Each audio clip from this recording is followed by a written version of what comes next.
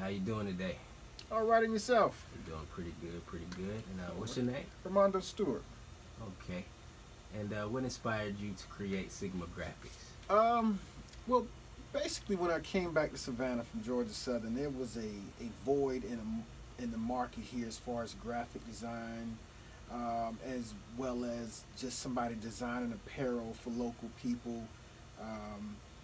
And we was able to get a lot of the equipment that a lot of people couldn't access at the time. This was way before not way before, but before the internet boom of people getting easy access to a lot of the stuff you can now.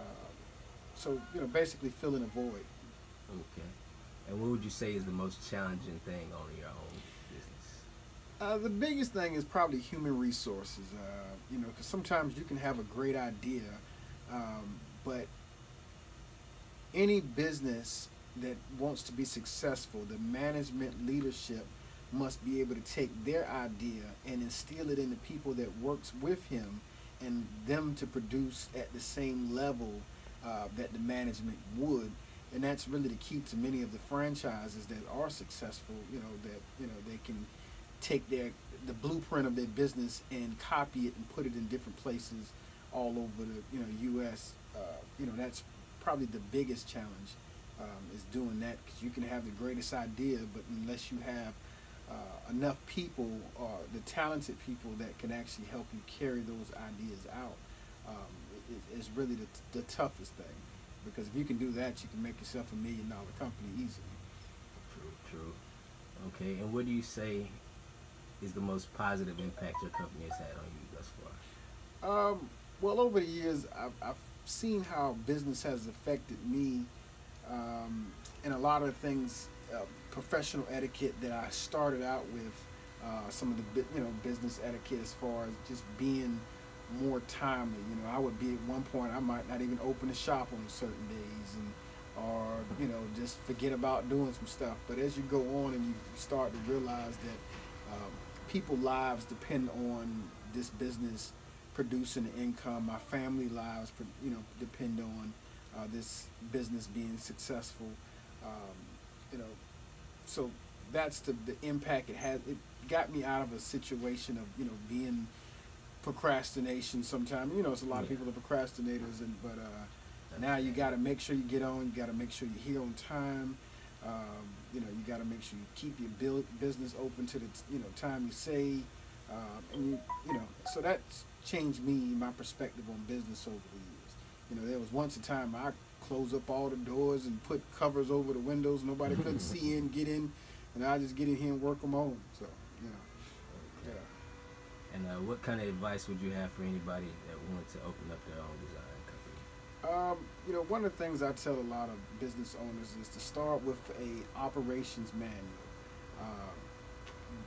Because the problem you will have as the time goes on is that you need to be able to train everybody on your product. And it's hard to, change things mid-stroke, when people are already working, like, oh, here's the whole new rules of the company. It's better when somebody comes in under the umbrella of things that's already happening, because then they know that's the norm. So that's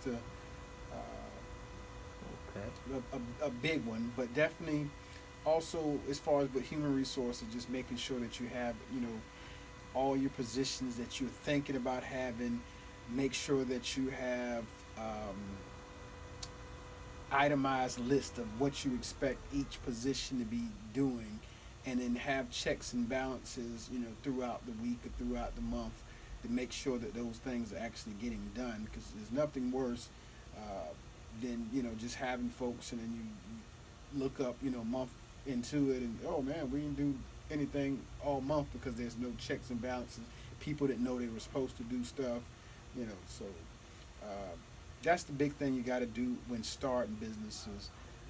Make sure that you do all your paperwork as far as federal, state, as far as your taxes and stuff, because one of the biggest things entrepreneurs get into is that they don't have good paperwork, because a lot of people don't train them on having adequate paperwork. So when you're in business for 10 years and you decide, hey, I want to go buy a house, then you realize, hey, I haven't wrote myself a good check in years, and I don't know, I don't have regular money into my account or different things like that. So you need to start out making sure that you take care of the business side of it. The product, you're going to do well with the product if if you're passionate about it, but the business side is probably the most important side. It's going to really make the business evolve. You got to set business goals and budgets to say, well, my first year I'm going to start out, I'm going to do $10,000, and this is how I'm going to do it. I'm going to do $2,000 off of this part of the business. I'm going to do $4,000 off of this part of the business. I'm going to do another $4,000 off of this part, and break it down to what it takes to make that, on a regular. All right. Thank you, Mr. Stewart. I appreciate it. No problem. All right, you have a good day. All right, you too.